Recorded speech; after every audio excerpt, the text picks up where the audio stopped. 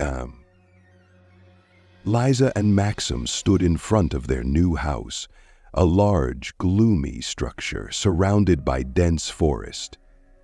Majestic trees surrounded it on all sides, their branches intertwined in a strange pattern, as if protecting this place from prying eyes.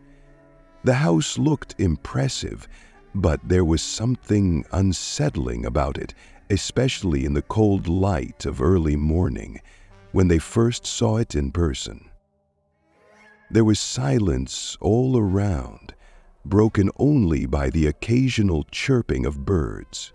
The house seemed to be waiting for them. Maxim enthusiastically began unloading things, joking that now they would finally be able to rest in peace, far from the noise and endless worries of city life. Liza supported him, but her gaze periodically returned to the old, faded windows of the house, which seemed to be looking at them from the darkness. She had heard about the reputation of this place from locals. Here and there were warnings that the previous tenants had allegedly left the house hastily and forever, as if something had pushed them out of there. But, accustomed to the bustle of the city, she treated such stories as ordinary village superstitions. All these stories were probably invented in order to add mystery to the local nature. She even brushed aside the absurd, in her opinion, legend of the cursed house in the forest. In the evening, when they finished unloading their things, the couple walked around the house to study it better. Inside, everything looked much cozier than expected. Wooden beams, a fireplace in the living room, slightly outdated, but cozy furniture. It seemed that the house was preserved in time, as if the previous owners gathered their things in a matter of minutes and disappeared, leaving everything as it was. In one of the rooms, they even found old furniture and a shelf with books covered in a thick layer of dust. Liza and Maxim decided that this even had its charm, their new life, like an open book with blank pages ready to be filled with their story. The first few days they enjoyed the solitude and closeness to nature, devoting all their time to landscaping. Liza got used to the sounds of the forest, to the distant creaking of trees and the gusts of wind and the soft rustle of leaves. Maxim began minor repairs, periodically returning to Liza with new ideas on how to make the house more comfortable. Time dragged on slowly and calmly, as if nature itself was reminding them that they could rest and relax here. But at night, when the forest plunged into darkness, the silence became more oppressive. Liza began to notice oddities, barely perceptible sounds that echoed throughout the house. At first, she did not attach any importance to this, attributing everything to settling in and her own imagination. But the feeling of anxiety began to grow. She tried to convince herself that it was just an adaptation to a new place, and she needed time to get used to it. Besides, Maxim didn't show any signs of excitement. He was absolutely calm and seemed happy with the new stage of their life. A few days passed, and despite the general idyll, Liza couldn't shake the feeling that the house seemed to be living its own life, watching them from the shadows, as if the old walls and cracks in the floor were keeping something ancient and sinister inside, just waiting for the moment to awaken. The basement turned out to be much deeper than Liza had expected. The walls of the basement were lined with massive stones, stained and mossed by centuries of dampness. The lighting here was barely working. A weak bulb under the ceiling flickered, as if reminding us of its age. In this dim light, Liza noticed an old chest standing in the corner, almost fused with the floor, as if it had always been there. Coming closer, Liza felt a strange excitement. Her hands trembled slightly when she lifted the heavy, rusty lid. Inside were stored objects that no one had dusted for a long time. First, Liza saw a stack of old black and white photographs, faded with time. Among them was one especially strange. It showed a family lined up in front of the same house, but their faces seemed to merge with the background, disappearing into the shadows. Lisa froze, studying the photograph. The image of the older woman standing in the center gave her a strange, unpleasant feeling. Her facial features looked vaguely familiar, as if Lisa had seen her somewhere before. The next thing she found in the chest was a stack of letters written in a neat, old-fashioned handwriting. The paper was yellowed and the ink was faded, but some phrases were still legible. "This house. We thought it would be our refuge, but it seems to be nothing like what we thought. I feel like something is watching us." Lisa read, and her fingers involuntarily grew cold. One of the previous residents, it seemed, had also encountered something inexplicable here. Digging further, Lisa came across carved wooden figures. They were covered in strange patterns and, at first glance, looked like rough silhouettes of people and animals. But the longer Lisa looked at them, the more disturbing the details became. Strange patterns, resembling spirals and circles, were carved into their faces, or rather, into what should have been faces. She felt an inexplicable anxiety just looking at these figures, as if they conveyed something deeply sinister. One figure in particular struck her, tall and thin, with long arms stretched out to the sides. Its face was hidden under a thick shadow, as if the artist had deliberately avoided detailing, leaving the features blurred and frightening. The figure reminded her of the man in the shadows in the photograph. His tall silhouette towered over the others, almost merging with the darkness. Lisa couldn't look away. A strange feeling grew inside her, as if someone was watching her right now, right from the depths of the basement. She turned around and realized with horror that the darkness in the corner of the room seemed to have become denser, more tangible. Lisa quickly put her things back in the chest, trying not to think about what she had just seen. But the feeling did not leave her. The mysterious objects, the photograph of people whose faces were barely distinguishable, and this tall silhouette in the shadows. When Lisa left the basement, it seemed to her that the darkness seemed to be reaching out after her, pouring out over the threshold, as if breaking out of a long-standing confinement. As she climbed the stairs, she firmly decided not to say anything to Maxim, although she knew that now she would not be able to forget what she had seen. Lisa and Maxim spent their first nights in the house in relative peace. They enjoyed the silence of the forest, the rustling of leaves outside the windows and the light crackling of old boards under their feet. But Lisa, after she discovered the chest in the basement, could not get rid of anxiety. It seemed to her that the house had literally absorbed the dark stories of the past and now exuded something sinister, almost elusive, but perceptible at the level of instinct.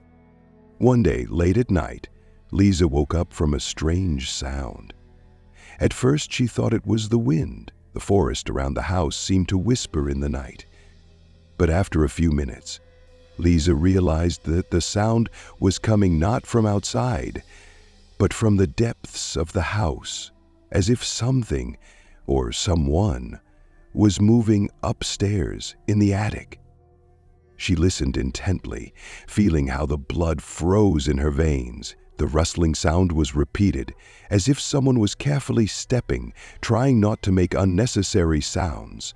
These were quiet, intermittent steps, almost muffled, as if someone was carefully making their way in the dark. Lisa decided that she would not wake Maxim. He was sleeping peacefully, and she did not want to disturb him without a good reason. She tried to convince herself that it was just her nerves after the strange discovery in the basement. But nevertheless, she tossed and turned all night, feeling this unpleasant aftertaste of fear. The next night, everything repeated itself. Now, the steps became clearer and closer. She even thought that she heard the creaking of the floorboards right above the bedroom, where the stairs to the attic began. The darkness in the room seemed dense, oppressive, and Lisa felt her heart beat faster. It seemed to her that it was enough to just get out of bed and go to the stairs to find out what or who was walking there. But something stopped her. Perhaps it was fear, or perhaps a reasonable warning. Do not leave the bedroom. Meanwhile, Maxim ignored her anxiety. He assured her that the old house would always make noise. The old beams, floorboards, and the forest around added sounds, and all this should not disturb. Lisa tried to calm down, but every night the sounds became more and more obvious, as if someone was endlessly pacing the attic, getting closer and closer. And then, one night, when Lisa, tired of struggling with anxiety, finally sank into a half-sleep, Maxim was awakened by a strange sound in the hallway. He opened his eyes, listened to the silence for a moment, and suddenly caught something strange. In the weak moonlight falling from the window, he made out a dark figure at the end of the hallway. It was a tall shadow, as if stretched out from the darkness itself, without clear features but clearly distinguishable in the night. She stood motionless, as if watching him. Maxim blinked, feeling his heart begin to pound with unexpected fear. He mentally tried to convince himself that it was just a play of light and shadow, or simply his tired imagination. But even after he returned to the covers, he felt a heavy, anxious gaze directed straight at him. He did not wake Lisa, not wanting to scare her, but that night his sleep was restless and shallow. In the morning, he found an excuse not to tell her about the strange figure. Perhaps it really was just a dream. He convinced himself of this, trying to forget about the frightening night vision. But the further, the more both spouses could not shake the feeling that the house kept many more secrets than they could imagine. Several days passed, and Lisa was still growing restless. Shadows, rustling sounds, and footsteps at night were getting on her nerves more and more. She decided that perhaps the best way to deal with it was to find out the truth about the house. Her inner voice told her that there was more hidden here than just forgotten things in a chest. So Lisa went to the local library, where she hoped to find at least some mention of the history of this place. The library greeted her with creaking shelves and dusty rows of old books that had not been touched for a long time. After rummaging through the archives, Lisa found an old, tattered book with a dark brown cover and faded letters almost hidden by time. The title was barely legible, but she could still make out the forgotten history of the forest region. The book was a collection of old essays and articles, and one of the references referred to their house, which was built in the early 19th century. As Lisa read on, her heart sank as she learned that the house belonged to a certain family, the Solovyovs, who had lived there more than 100 years ago. The book said that the Solovyovs were reserved and secretive people who avoided contact with the villagers. One of the local rumors was that the Solovyovs founded a mystical society associated with occult rituals and attempts to establish contact with the other side. The villagers tried to avoid the house, and few of them knew what exactly was happening behind its massive walls. Over time, rumors began to circulate that every new moon, strange sounds were heard from the house, whispers, groans, and distant bells ringing, although there was not a single church nearby. The more Lisa delved into the book, the stronger her sense of horror became. According to the records, the house was considered a place where eerie rituals were once performed, the purpose of which was to establish contact with otherworldly forces. The Solovyovs believed that there was a guardian spirit on the other side that could grant them eternal strength and wisdom, but in exchange, it demanded something more valuable than mere sacrifices. The book said that the rituals began with the lighting of candles and ancient spells written in an ancient language known only to members of their cult. And, according to rumors, during one of these rituals, something went wrong. The family members participating in the rite disappeared under mysterious circumstances, leaving the house empty and abandoned for many years. Lisa turned the page and came across an old, faded photograph that made her hold her breath. The photo showed a man in a long robe, his face half hidden in shadow. It was the same face she had seen in one of the photographs from the chest. He stood in front of the house like a proud guardian, ready to protect its secrets. Lisa felt a chill run through her body when she realized that for a century, no one had been able to understand the true reason for the strange disappearances and events associated with this place. The book also said that, despite the change of owners, many of them sooner or later left the house as they felt persecuted at night. Taking the book home, Lisa decided to show it to Maxim. But as soon as she entered the house, a vague feeling of fear returned to her. Her gaze immediately stopped on the window, reflecting the dark silhouette of the corridor. From there, from the depths, it was as if someone invisible was looking at her, watching her every move. Lisa and Maxim tried to calm themselves down, attributing what was happening to the old age of the house and their impressionability. However, the night footsteps and shadows in the hallway increasingly forced them to think about the strange history hidden in these walls. After Lisa read the book, their anxiety increased, and the feeling that they were unwanted guests in this house became especially clear. One evening, walking along the hallway, Liza noticed something strange on one of the walls. In the light of the lamp, she saw a vague pattern scratched right into the wooden paneling, a writhing line, similar to a symbol. Up close, the sign seemed especially creepy to her, the lines intertwined into a bizarre figure resembling a human face with empty eye sockets, like a ghost staring straight at her. Shocked, she ran her fingers along the line, trying to understand where this mark came from, but the wood was cold and smooth, as if the symbol had always been part of the wall. When she called Maxim to show him her find, the sign disappeared, as if it had never been there. Maxim shook his head with a slight smile, attributing it to fatigue and her nervous state, but Lisa felt that all this was not a figment of her imagination. In the evening, when they were sitting at dinner, a muffled voice was heard in the house. It sounded quiet, but the words were distinct. Someone called Lisa by name, stretching out each letter as if this name had long been familiar to this house. Maxim heard it too, and they froze, confused and frightened. They jumped up from their seats, but the house again sank into a dead silence, as if the sound had dissolved into the walls.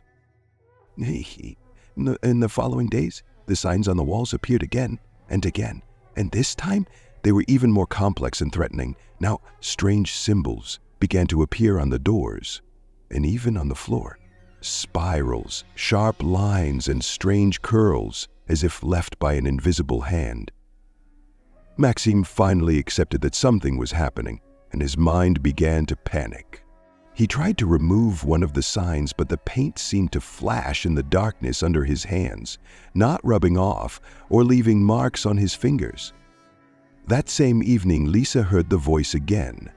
She was returning to the bedroom when the voice called her again, quiet, like a whisper coming from the wall. It was cold and lifeless, and each word seemed to sink into her consciousness. The sounds came from the depths of the hallway, and it seemed to her that the voice was coming from the attic, where she had heard footsteps at night before. With each passing night, their presence in the house became more and more noticeable, as if an invisible force was watching their every step. Lisa and Maxim tried to leave for at least a few days to get away from home for a while, but for some inexplicable reason they had difficulties. The car broke down on the driveway, and trying to call for help only resulted in a dead signal and silence on the line. It was as if the house itself didn't want to let them go. Fear had settled deep in their hearts, and now even daylight brought no peace. With each passing night, the tension in the house grew, and now, in addition to strange sounds and unclear symbols on the walls, Lisa began to be haunted by visions. The first happened suddenly, as soon as she closed her eyes for a short rest in the middle of the day. Everything went dark, and the familiar outlines of the room were replaced by darkness. Lisa felt a cold that burned her skin, and then she saw that she was standing in a dimly lit room, dressed in a dress she had never worn before. The vision was so real that Lisa felt a lump of fear rise in her throat. People gathered around her, a man and 2 children, dressed in old-fashioned clothes. The faces were familiar, as if she had known them all her life, although she knew that she was seeing them for the first time. The man, whom Lisa instinctively recognized as the father of the family, spoke of the need to protect herself, but his words were muffled as if through a veil. She couldn't make out the details, but she felt that they were afraid of something terrible, something that lurked in this house. The vision disappeared as suddenly as it had appeared, leaving Lisa stunned and confused. She sat on the floor, feeling her heartbeat pounding in her chest. When Maxim approached her, she just shook her head, trying to explain to him what she had just seen, but the words seemed meaningless. However, this was only the first time. Over the next few days, the visions returned again and again, each one more intense, more disturbing. Lisa began to feel like she was the woman in the photographs. In her visions, the family from the past would lock themselves in the house, gathering around the fireplace, seeking refuge from the invisible evil that was trying to devour them. In one of the visions, Lisa clearly saw them drawing symbols on the walls, trying to create protection. But each time these signs disappeared as mysteriously as they had appeared now. One night, when Lisa was on the edge of sleep and wakefulness, a scene from the past appeared before her. The same family gathered in a circle, chanting words in an ancient, incomprehensible language, hoping that it would save them from what their ancestors had awakened. But the mother's face in the circle was distorted with fear. She was looking towards the door, as if waiting for something terrible to happen. Lisa felt their despair, their fear. Suddenly, the woman looked at her and whispered, "It's already inside. Run." The vision disappeared, leaving Lisa on the bed with her heart pounding wildly. She sat in the darkness, feeling how the house seemed to breathe around her, as if it were watching her. She realized that these visions were not just images from the past. It was as if the house was trying to show her what awaited her if she and Maxim did not leave. The night was cold and ominous. The sky was torn apart by flashes of lightning, filling the house with an eerie, piercing light. The storm was gathering strength. The rumbling sound seemed deafening, and the wind seemed to sing a dark song, filling the empty rooms with the echo of each clap of thunder. Lisa was sitting by the window in her bedroom when she thought she saw a shadow slip through the doorway. She turned sharply, her heart skipped a beat, and she had to peer tensely into the darkness for a few moments. No one. But the feeling of a presence did not go away. Something invisible seemed to be lurking in the corners of the room, hiding from her sight and watching from the shadows. Lisa tried to pull herself together, attributing it to growing fear and fatigue, but deep down she knew that this was not just a figment of her imagination. Trying to make no noise, Lisa went down to the living room, hoping to distract herself, but on the way she noticed that the door to one of the storerooms was slightly ajar. Reluctantly, she peered inside. On the shelf lay a tattered book with worn gold letters. It was a diary, apparently belonging to one of the previous owners. She opened it, and the pages, yellowed and stained in places, made her heart beat faster. The entries in the diary looked desperate and feverish. The lines were smudged, as if written by a trembling hand. "Is here," Lisa read. "He is always near from the darkness. As soon as the light goes out, I can feel his breath. I feel how he watches, but every time I turn, he is not there. We have tried to banish him, but he remains, and every day he grows stronger." Turning the pages, Lisa learned that the owner of the house had mentioned an invisible guest, something that lived in the house and came from the darkness, bringing fear and disappearances. At first, small things disappeared. A clock that always lay in the same place, dishes, candles, books. But soon, it reached people. The owner described how one by one his relatives disappeared, as if they dissolved into the night. No one saw them again.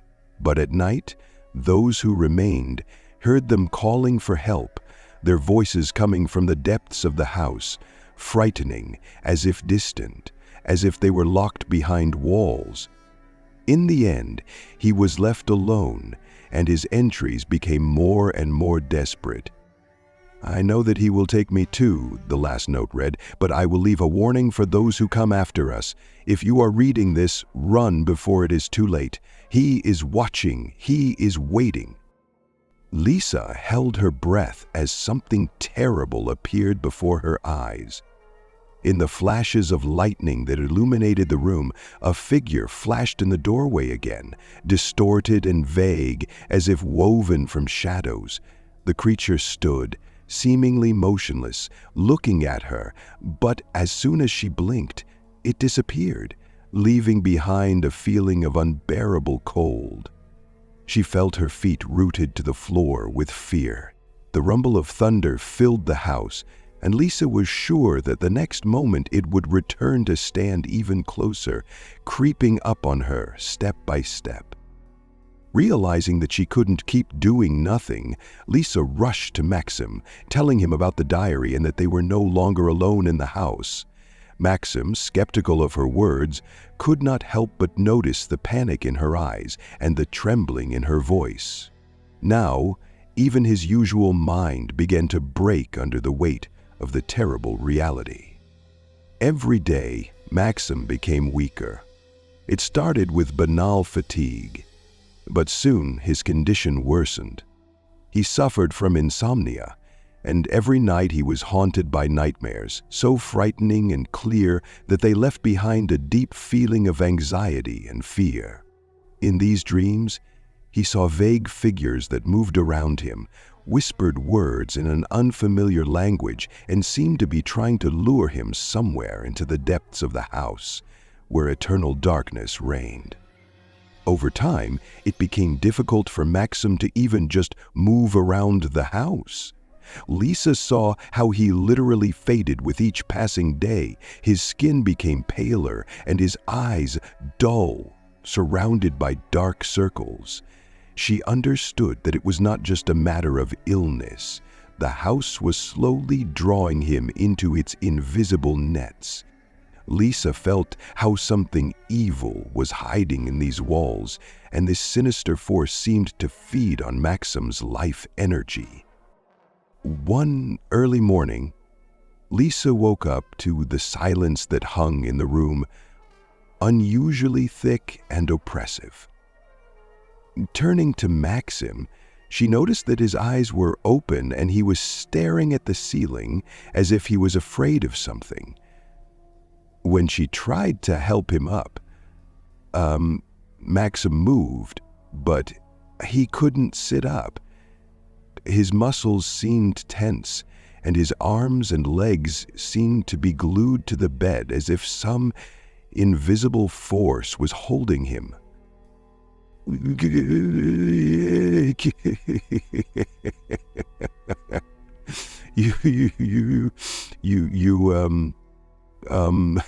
Lisa, he croaked, and panic was heard in his voice.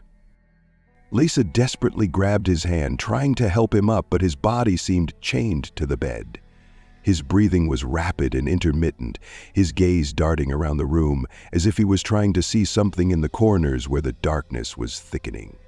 It seemed that every corner of the room, every piece of furniture, was part of this curse that bound him hand and foot. He's close," whispered Maxim, barely holding back the trembling in his voice. "I can feel him. He won't let me go." At that moment, Lisa realized that they were truly prisoners of this house, and that it was capturing them not just physically, but also psychologically. She recalled the words from the diary, which mentioned how the invisible guest came to the previous owners, taking them one by one until they lost the strength to resist. Now he took hold of Maxim, slowly sucking out his strength, holding on to him with tenacious shadows that filled every crack in the old house.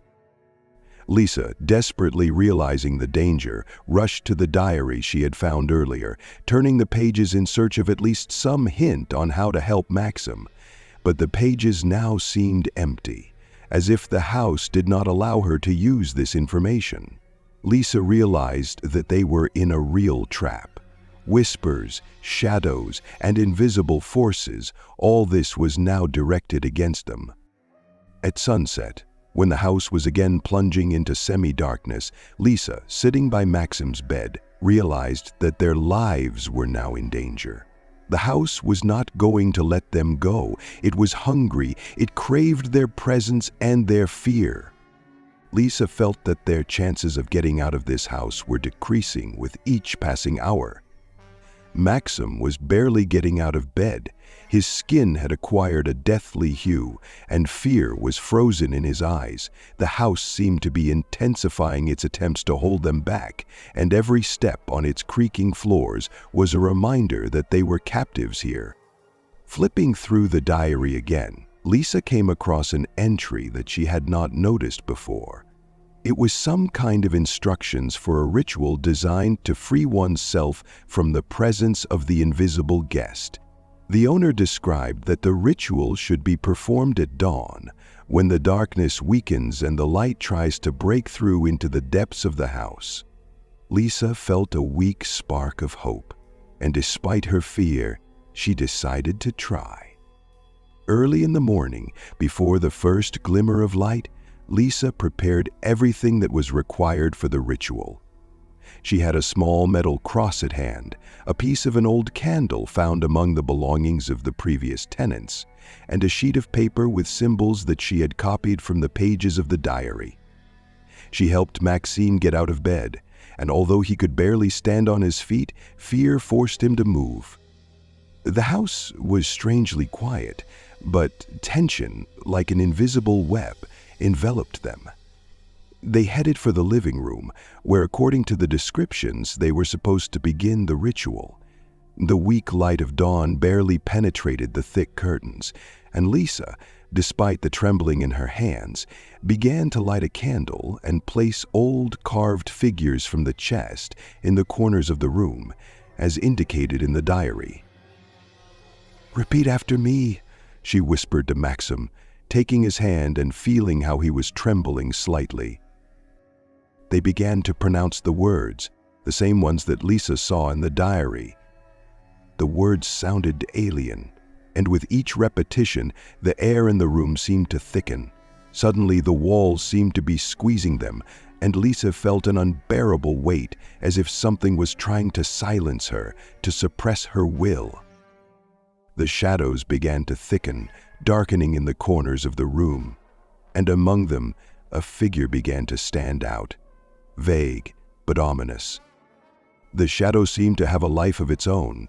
It expanded, filling the room until it almost obscured the light of the candle. Lisa knew that this was the invisible guest, the one who came from the darkness and took for himself those who dared to live in this house.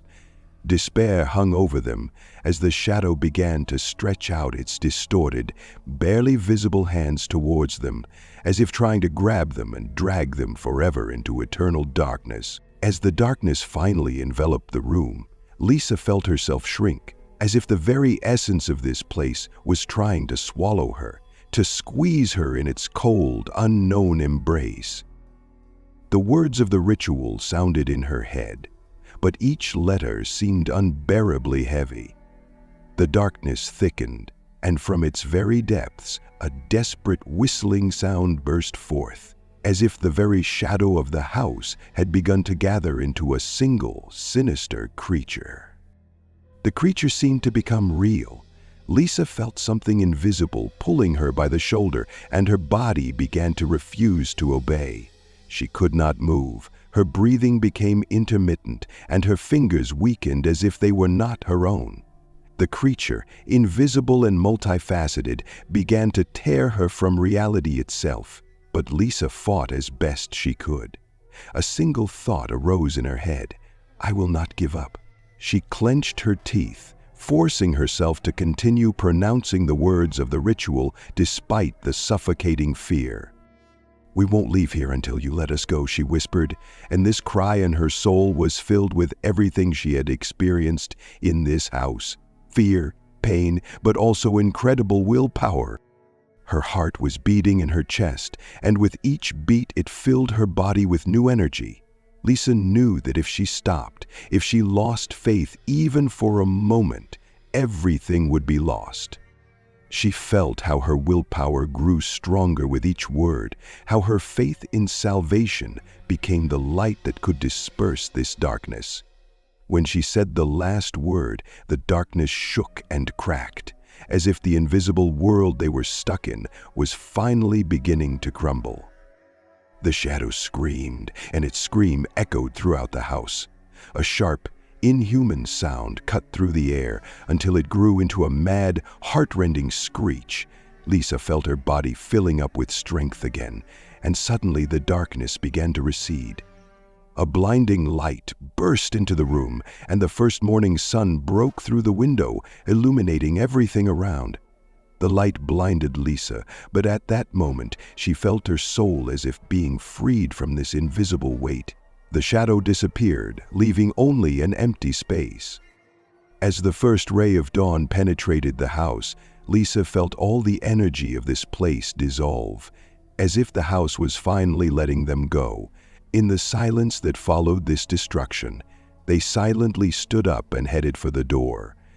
At the last moment, Lisa could not help but notice that Maxim, weakly supporting her, whose face had now taken on a living person again, the house no longer held them, had no power.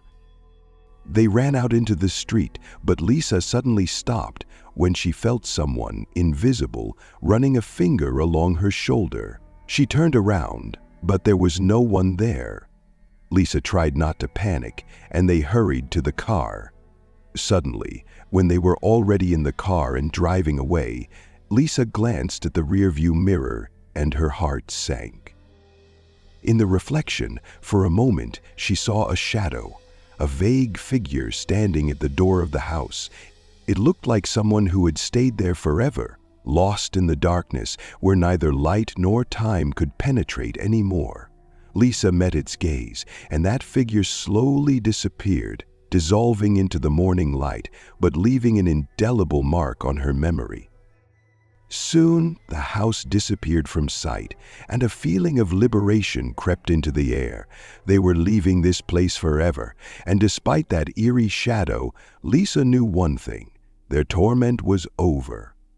But perhaps someone else's soul remained in this house, locked in the shadows, which would never find its way to the light.